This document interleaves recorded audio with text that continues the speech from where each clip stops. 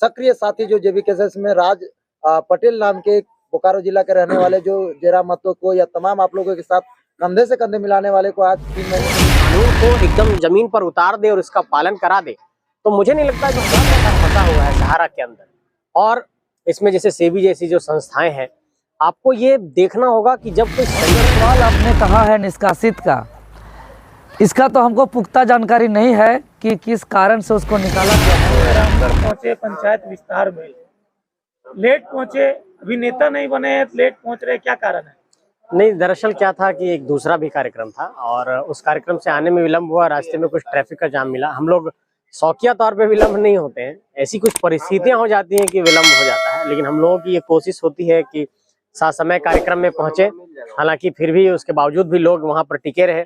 इसके लिए तमाम पूरबडी पंचायत के लोगों के प्रति मैं आभार प्रकट करता हूँ कि काफी देर तक उन्होंने इंतजार किया और उसके बावजूद भी लास्ट में जब सभा समाप्त हुई, समाप्ति तक लोग बने रहे। ये बहुत अच्छी बात है।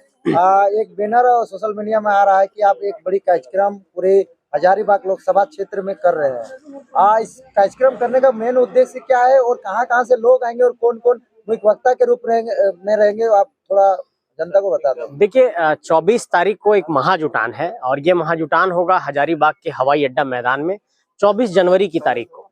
और उस दिन ये हम लोग ऐलान करने वाले हैं और ये एक तरीके से संदेश देने वाले हैं कि 2024 जो नया साल है उसमें परिवर्तन का एक संदेश जो हम लोग लगातार दे रहे हैं।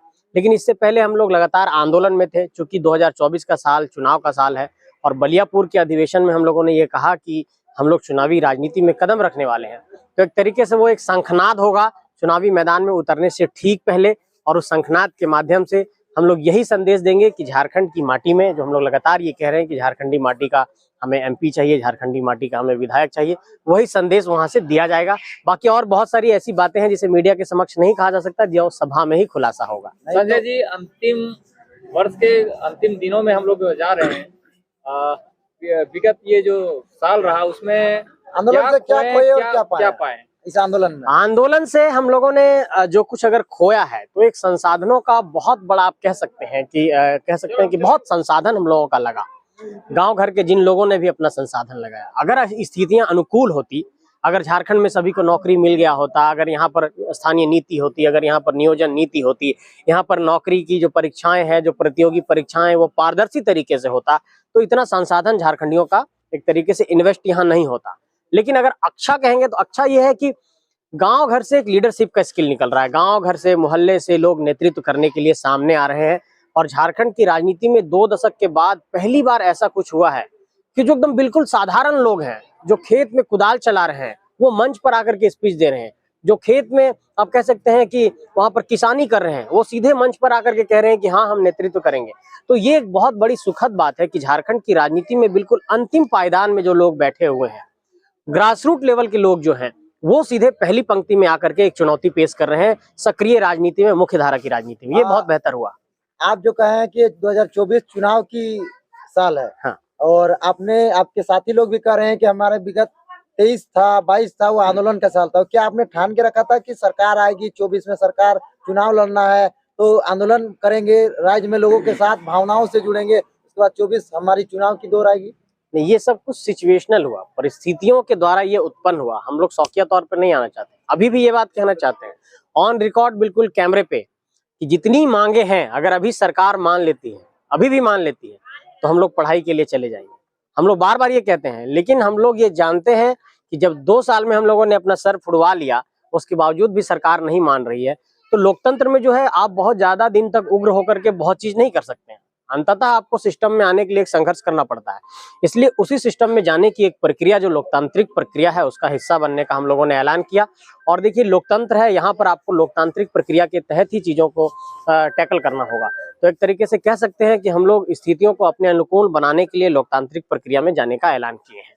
हजारीबाग लोकसभा की आपकी तैयारी चल रही है, लेकिन आप एक पंचायत विस्तार में आ रहे हैं। देखिए, यही इतने बड़े लोकसभा क्षेत्र के नेतृत्व करता एक पंचायत विस्तार में दौरा कर रहे हैं और सभा में आ रहे हैं। नहीं, इसी ट्रेंड को हम लोग बदलना चाहते हैं। अभी क्या होता है कि पैराशूट से सीधे कैंडिडेट्स की लैंडिंग होती है, सीधे दूसरे जगहों से जाकर के कैंडिडेट को लैंड करा दिया जाता है। ये आपका कैंडिडेट है, आप इसको वोट करिए। जनता भी उसको नहीं पहचानती है। मैं दावे के साथ कहता हूं कि झारखंड के कई सांसदों को आप गांव में जाकर के छोड़ दीजिए, तो तो गांव के लोग पहचान भी नहीं पाएंगे कि ये सांसद हमारे इलाके के हैं। इवन कि इस इलाके के जो सांसद हैं जयंत सिन्हा, अगर उनको कहीं पूरबडी पंचायत में हम जाकर के छोड़ दें तो ग्रामीण पहचान नहीं पाएंगे। तो ठीक उसी तरीके से हम लोग सीधे निचले पायदान पर जाकर के संगठन को खड़ा करने का काम कर रहे हैं। और जब आप संगठन को राज्य स्तर पर देखेंगे, पूरा आप जिला स्तर पर देखेंगे, प्रखंड स्तर पर देखेंगे, पंचायत स्तर पर देखेंगे, तो आपको ये दिखाई पड़ेगा कि एक बहुत बढ़िया ऐसा एक सिस्टम बना हुआ है कि बिल्कुल निचली पंक्ति में जाकर के लोग संगठन को मजबूत कर रहे हैं। कोई ऐसा नहीं है कि कोई बड़ा नेता हो गया, कोई छोटा नेता हो, सब मिलजुल करके हम लोग संगठन को आगे बढ़ा रहे हैं, संगठन को सींच रहे हैं, बड़ा कर रहे हैं। आप लोगों को जोड़ने का प्रयास कर रहे हैं, हर पंचायत में कमेटी विस्तार कर रहे हैं। वही आज की खबर आपके JBKSS के महासचिव के द्वारा एक सक्रिय साथी जो JBKSS में राज पटेल नाम के बोकारो जिला के रहने वाले जो जयराम महतो को या तमाम आप लोगों के साथ कंधे से कंधे मिलाने वाले को आज 3 महीने के लिए निष्कासित कर दिया गया। नहीं, ऐसी अगर कोई सूचना है तो इस पर मैं देखूंगा, लेकिन मुझे लगता है कि एक संगठन है, संगठन का अपना एक कार्य प्रणाली है, अपनी एक मतलब उसकी अनुशासन की कमेटी है, और ऐसा कुछ अगर केंद्रीय नेतृत्व को नजर आया होगा तो हो सकता है केंद्रीय नेतृत्व ने निर्णय लिया होगा। लेकिन मुझे लगता है कि झारखंड में इस वक्त जो झारखंड के अंदर ये संगठन बड़ा हुआ है JBKSS, इसमें कई लोग हमारे साथी आ रहे हैं, और ये सभी साथियों से हम भरोसा रखते हैं, सभी को ये कहना चाहते हैं कि एक बहुत ही कह सकते हैं कि मैनर और एटिकेट्स का हम लोगों का पालन करना होगा, एक अनुशासन का पालन करना होगा। किसी भी संगठन के भीतर अनुशासन बेहद जरूरी है, लेकिन अगर ऐसी कोई गतिविधि हुई है, ऐसा कोई अगर निर्णय लिया गया है तो ये केंद्रीय नेतृत्व का निर्णय है, और उसे मुझे लगता है कि संगठन के लोगों को मानना चाहिए। लेकिन फिर भी अगर ऐसी कोई बात है तो मुझे लगता है कि इन सारे बिंदुओं पर एक समाधान का अगर कुछ रास्ता निकलता है तो निकाला भी जाना चाहिए। अच्छा, 24 में अगर JBKSS की सरकार आती है तो प्लेयर को कैसे रोकेगी? देखा जाए तो झारखंड में बहुत सारे लोग मजदूर जो है दूसरे राज्य जाते हैं, काम करते हैं, विदेशों में जाके काम करते हैं और फंस जाते हैं, वापस आने के लिए गुहार लगाना पड़ता है। देखिए, पलायन रोकने का झारखंड के भीतर एकमात्र रास्ता यही है कि जितनी परियोजनाएं हैं यहाँ पर, चाहे कोयला खनन की परियोजना हो, चाहे जितने प्लांट लगे हैं, चाहे इनलैंड पावर लिमिटेड हो, चाहे बांजेडी हो, चाहे अडानी हो, जितने प्लांट हैं और कोयला खनन की परियोजनाएं हैं, और सरकार ने बकायदा विधेयक लाया कि 75% नौकरी निजी क्षेत्र में स्थानीय लोगों को देंगे। तो अगर सरकार इस विधेयक को, इस कानून को एकदम जमीन पर उतार दे और इसका पालन करा दे, तो मुझे नहीं लगता कि 10 और 15 हजार रुपया कमाने के लिए लोगों को सऊदी अरब जाना पड़ेगा, रियाद जाना पड़ेगा, ओमान जाना पड़ेगा, कतर जाना पड़ेगा, मुंबई जाना पड़ेगा, दिल्ली जाना पड़ेगा। ये 10-15 हजार रुपया लोग यहाँ भी कमा सकते हैं। दूसरा एक रास्ता है स्वरोजगार का, और स्वरोजगार तब पनकेगा जब आप किसी को स्किल्ड करेंगे, तो स्किल की ट्रेनिंग यहाँ पर देनी होगी। जैसे आप सरकार तो कर रही है स्किल, देखिए, इसकी कौशल विकास की जितनी भी परियोजनाएं हैं उसमें 70% से 80% खाना पूर्ति के लिए, ये हमें भी पता है।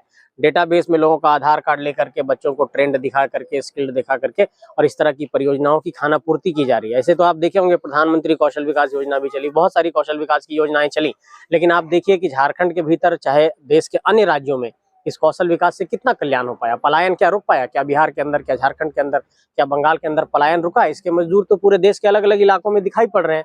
तो अगर 10 साल से सेंट्रल गवर्नमेंट की सरकार है, अगर यहाँ पर 4 सालों से चल रही है, 29 तारीख को सरकार का 4 साल का कार्यकाल पूरा हुआ, तो ऐसे में अगर स्किल ट्रेनिंग दी जा रही है तो वो एकदम जमीनी तौर पर उसको दिया जाना चाहिए ताकि उसका परिणाम निकले। तो ये जो पलायन रोकने का रास्ता है वो यही है कि हम लोगों को 75% नौकरी जो कह रहे हैं वो निजी क्षेत्र की कंपनियों में यहाँ के लोगों को दिया जाए। दूसरा कि एक स्किल दिया जाए, स्किल ट्रेनिंग दिया जाए।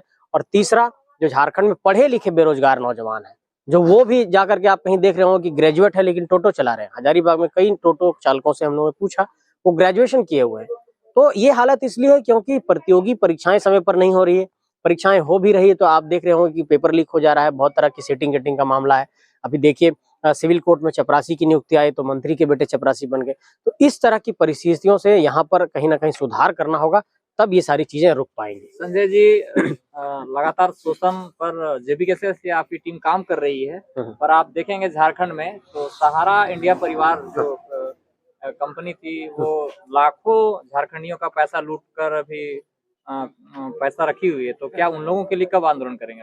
देखिए, ये एक सेंट्रल सब्जेक्ट है और बीच में आपने देखा होगा कि अमित शाह जी ने भी एक वेबसाइट उसमें लॉन्च किया था, और चूंकि ये कोऑपरेटिव से रिलेटेड हुआ मामला है तो मुझे लगता है कि जब ये निवेशकों का जो पैसा फंसा हुआ है सहारा के अंदर, और इसमें जैसे सेबी जैसी जो संस्थाएं हैं, आपको ये देखना होगा कि जब कोई सेंट्रल विषय है, जब कोई बहुत बड़ी कंपनी, जब सहारा जैसी कंपनी निवेशकों का पैसा लेती है, उसके बाद फिर आप देखते हो कि उनका पैसा वापस नहीं हुआ। एक बड़ा मामला हुआ शारदा चिट फंड का, आप देखते होंगे बंगाल में। तो ये जिस तरीके की जितनी भी इस तरह के प्रोजेक्ट्स चल रहे थे, चिट फंड का हो या फिर निवेशकों का पैसा लेकर के उनको वापस नहीं करना, मुझे लगता है कि इसमें सेंट्रल गवर्नमेंट को एक पहल करनी होगी कि जितने भी निवेशकों ने अपना पैसा लगाया था उनके पैसे को वापस कर दिया जाए। अब सहारे के मालिक भी इस दुनिया में नहीं है, तो मुझे लगता है कि इसमें सबसे ज्यादा उम्मीद सेंट्रल गवर्नमेंट से है और हम लोग इस पर कोशिश करेंगे। लेकिन देखिए, आंदोलन से यही होगा कि एक मैसेज हम लोग देख सकते हैं, लेकिन अंततः सरकार को ही काम करना है इस पहलू पर।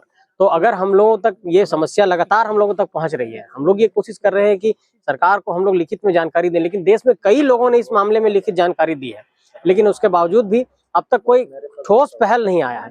और जो वेबसाइट निकला, उस वेबसाइट से भी अब तक पूरा समाधान का रास्ता नहीं निकला है। तो सेंट्रल गवर्नमेंट से मेरी ये गुजारिश है कि एक बेहतर रास्ता निकाल करके निवेशकों का पैसा वापस किया जाए। चलिए, बहुत बहुत धन्यवाद।